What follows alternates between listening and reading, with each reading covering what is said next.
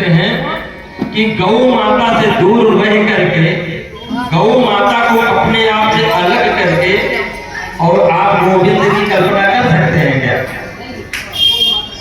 अगर घर घर में गोविंद चाहिए तो घर घर में गौ माता का संवर्धन होना चाहिए। शास्त्र कहता है प्रभु हमेशा चाहे राम के रूप में आए हो, चाहे कृष्ण के रूप में आए हो, ये जो भी मैंने चौपाई सुनाई ये रामायण से ही है कि, और एक दोहा भी है, जब भगवान का जन्म होता है तो सब लोग पूछते हैं महाराज का है हुआ, का है हुआ, का है। भगवान के बहुत सारे रीजन होते हैं प्राकट के होने के, लेकिन सुर संत हित लीन मनोज अवतार, बैठे बैठे भी वो कर सकते थे, लेकिन महाराज हित कहां से होता, हम जागते कैसे, आज ये कथाएं कहां से होती, हम लोग एकत्रित कैसे होते, कल्याण हमारा कैसे होता। गौ माता की महिमा बताने के लिए गोविंद को स्वयं आना पड़ा। देखो जब परमात्मा गोकुल में आते हैं, गोकुल में कहां आते हैं, जहां गाय हैं वहीं परमात्मा को आना पड़ता। क्यों? क्योंकि सारा ब्रह्मांड गाय में ही समाया हुआ है। ये प्रकृति हमारी गाय का रूप धारण करके ही तो हम भाई कि परमात्मा आवाज और संतुलन बिगड़ रहा है। कैसे? लोगों ने गाय पालना, बच्चों को दूध मक्खन, गोकुल में क्या हो रहा था कि जो आतताई थे वो लोभ दिखा करके और सारा मक्खन खरीद लेते थे। इनसे गोकुल वासियों से कहां जाता था सारा मक्खन? मथुरा जाता था। भगवान ने कहा ऐसे तो हमारे सारे भक्त कमजोर हो जाएंगे और ये दुराचारी। भगवान ने वहां जन्म लिया और सबसे पहले मिलावट के विषय में, सबसे पहले जो मिलावट खोर है उनको सबसे पहले 5 दिन के ही थे भगवान कृष्ण। घटना क्या घटती है कि पूतना पहुंचते हैं पहले। पूतना कौन है?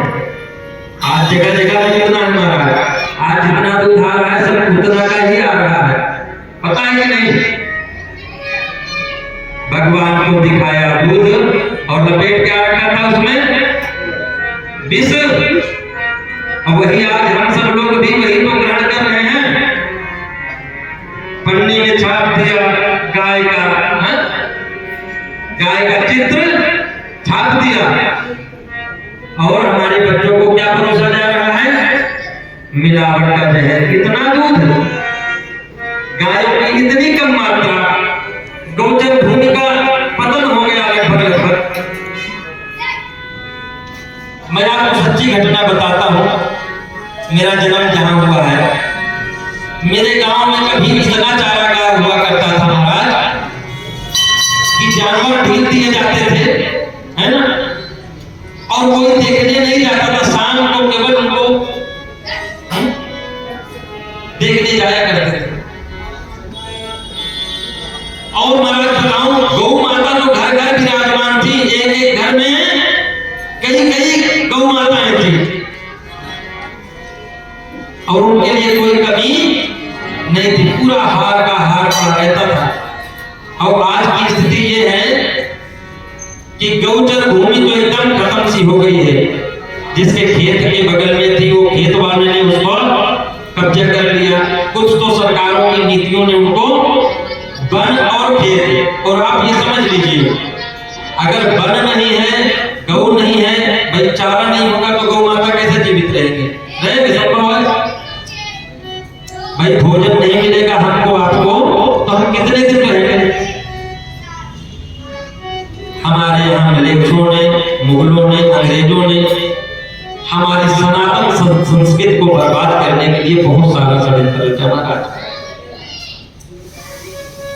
आज जो 65 में ही होता है कि महाराज चलो अच्छा हुआ चले गए, कभी जो गौ माता की कृपा हमारे पूर्वजों पर रहती थी और गाय का गोबर खेत में डालते थे, तो हमारे यहाँ दीर्घायु वाले बहुत सारे लोग को इस सबसे पहले जो है जाता नहीं था।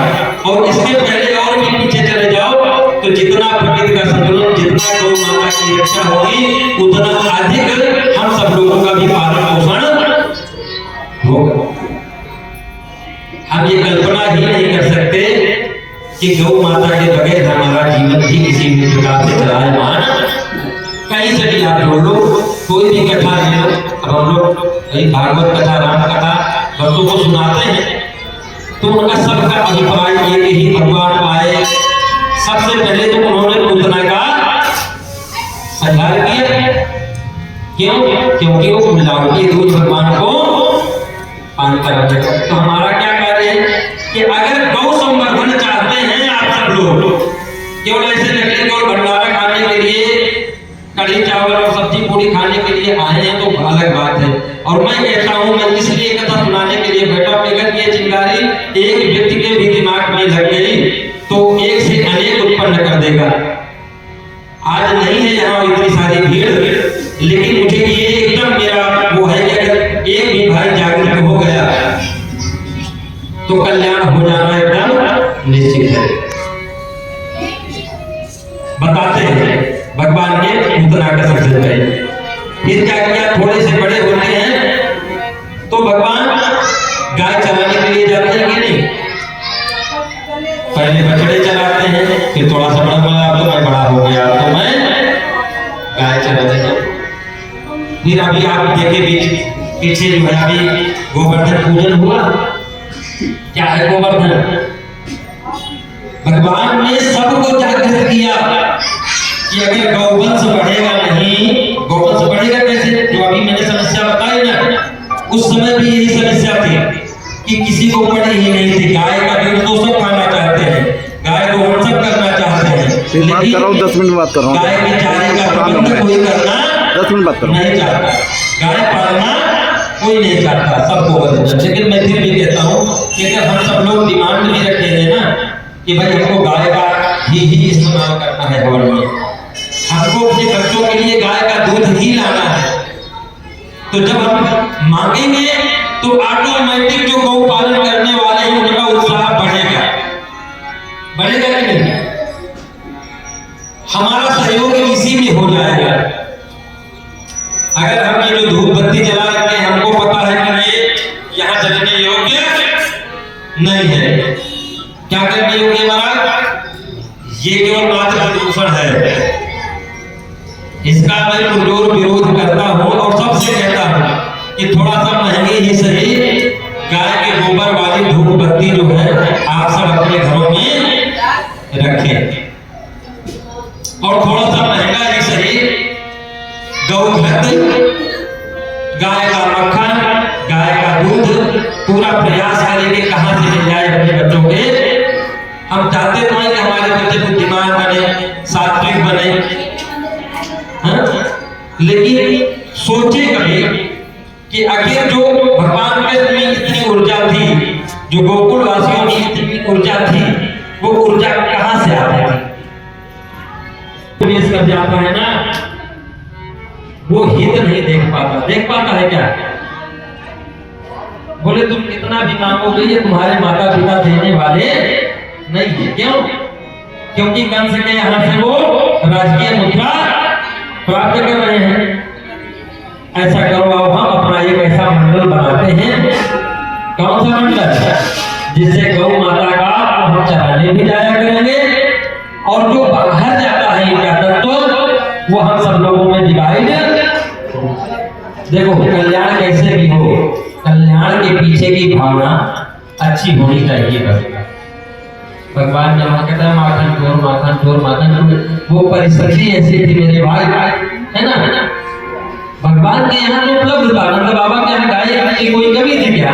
मक्खन की कोई कमी थी क्या? हमें बहुत ज्ञान है। क्या मतलब ऐसे ज्ञान का? भगवान ने ये दृष्टांत दिया कि भाई हमें हमारे पास बहुत है, लेकिन जब तक सारा समाज नहीं जागरूक होगा, जब तक सारा समाज नहीं सुसज्जित होगा तब तक महाराज विकास रफ्तार से बढ़ेगा। आज मैं इन्हीं शब्दों में आपको बताता हूँ कि हमारे बहुत सारे संत आज 20 तारीख में ना, आज रामलीला ग्राउंड में सरकार की नीतियों के विरुद्ध और सरकार से प्रार्थना करने के लिए रामलीला मैदान में बहुत सारे गौ भक्त इकट्ठा होंगे। तो आप सब लोगों में भी मैं ऊर्जा देखना चाहूंगा कि भाई 1 लोग 2 लोग 10 लोग जो भी इस कथा को सुन रहे हैं वो सारे भगत गौ माता के लिए भी आवाज उठाना प्रारंभ करें। क्या गौ माता घटना बताता हूँ। विवेकानंद जी को तो आप जानते हैं। विवेकानंद जी विदेश गए और वहां पर लोगों ने उनसे प्रश्न किया कि महाराज ये बताओ सबसे पौष्टिक दूध किस पशु का होता है। क्या पूछते हैं? सबसे पौष्टिक दूध किस पशु का होता है। विवेकानंद जी ने वहां कहा सबसे पौष्टिक तो भैंस का होता है। क्या बोले? भैंस का होता है। तो वहीं बुद्धिजीवी लोग बैठे थे, बोले बताओ महाराज, जब आप भारत का प्रतिनिधित्व करते हैं, आपके वेदों में पुराणों में तो गौ माता का वर्णन है कि गौ का दूध सबसे आनंददायक सत्व के गुणों से भरपूर है। आप कह रहे हैं भैंस का। तो वहां विवेकानंद जी क्या उत्तर देते हैं कि प्रभु जी आपका प्रश्न पहले देखिए, आपने पशु कहा और हमारी गौ माता पशु नहीं है। अगर आपने ये कहा होता कि कौन सा दूध सबसे पौष्टिक होता है तब मैं आपको बताता, लेकिन आपने प्रश्न में क्या रखा कि किस पशु का दूध। अब इस प्रकार से आप हम सब लोग जानते हैं विवेकानंद जी कितने बुद्धिमान थे और भगवान भी हमारे राम रूप में कृष्ण रूप में जब आए तो उन्होंने भी यही मैसेज दिया कि अगर बल बुद्धि विद्या और अपने बच्चों का भविष्य आप अच्छा चाहते हो तो गौ संवर्धन करना ही होगा। देखो बाधाएं बहुत आती हैं महाराज। उस समय का राजा भी जब गोवर्धन की पूजा भगवान करने लगे तो उस समय जो राजा था इंद्र, उसको भी अच्छा लगा नहीं। वो कहता बताओ ये सत्ता बोल करके ये सब कहाँ पहुंच गए वहां पेड़ों के पास पर्वतों के पास, ये क्या करेंगे। तब भगवान ने वहां पर जन जागरण करने के लिए ऐसी लीला दिखाई, ऐसी लीला दिखाई, ऐसी लीला कि इंद्र के जितने गांव थे सब फेल हो गए। वर्षा कैसे होती है महाराज बताओ। हमारे वेद क्या निर्देशित करते हैं? वेद को यज्ञ को सबसे पहला धर्म का न्यास क्या कहा गया है? सब लोग बोलते हैं ना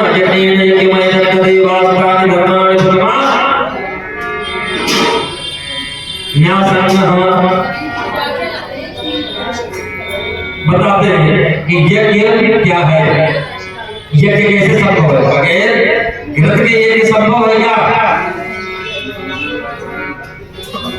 संभव है? बगैर घी की आहुति के यज्ञ हो जाएगा? और घी भी ये नकली वाला। वेदों ने जो महिमा बताई वो गोघृत की महिमा बताई है। हम गोविंद का अभिषेक करते हैं तो क्या ये जहर वाले दूध से अभिषेक का वर्णन है? गाय का दूध, गाय का घी, गाय का दही, गाय का मक्खन। अब हम एक रिक्वेस्ट और करेंगे कि आज भले ही हमें थोड़ा सा समय प्राप्त हुआ है, लेकिन इन थोड़े से समय में ही हम आप लोगों को एक बात और ये बताना चाहते हैं कि प्रभु जी गौ माता जो है कृपा किनके यहाँ करते हैं? किनके यहाँ कृपा करते हैं? गौ माता कृपा उन्हीं के यहाँ करते हैं जो श्रद्धा भक्ति के साथ गौ माता के साथ जुड़े हैं। ये नहीं कि रोज को हम बोलते हैं धर्म की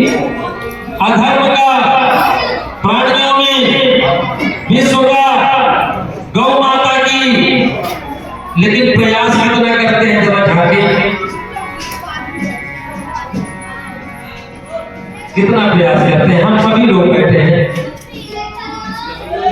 हमारा प्रयास है एक मजबूरी सब लोग बता देते हैं महाराज 25 गज का मकान है इसमें गाय बांध देंगे तो क्या होगा, है ना?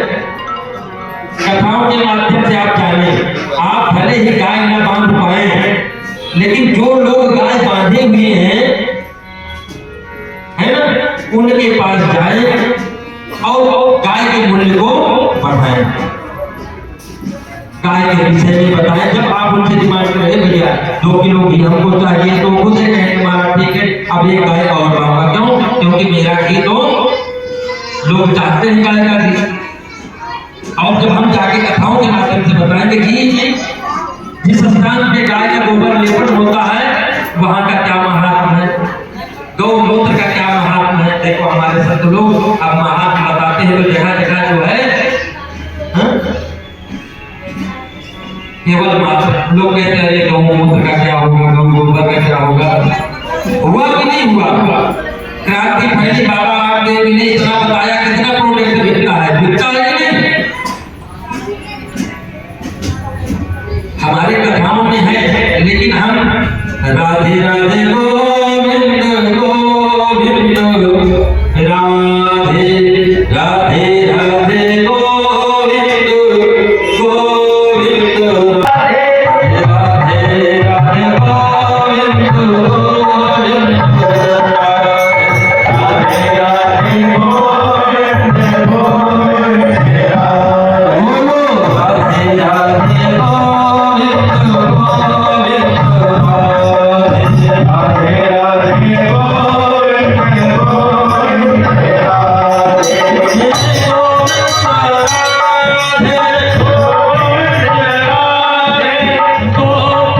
गोविंद गोविंद, राधे राधे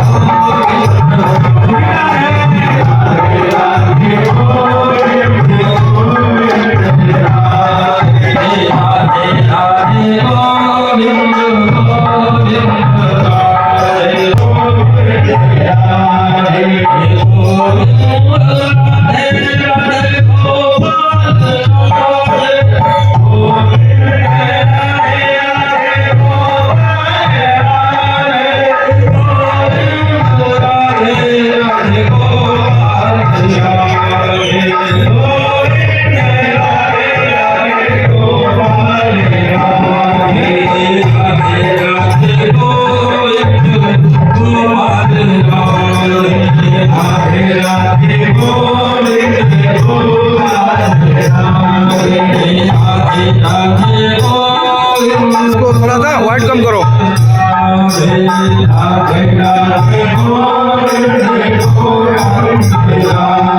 और ये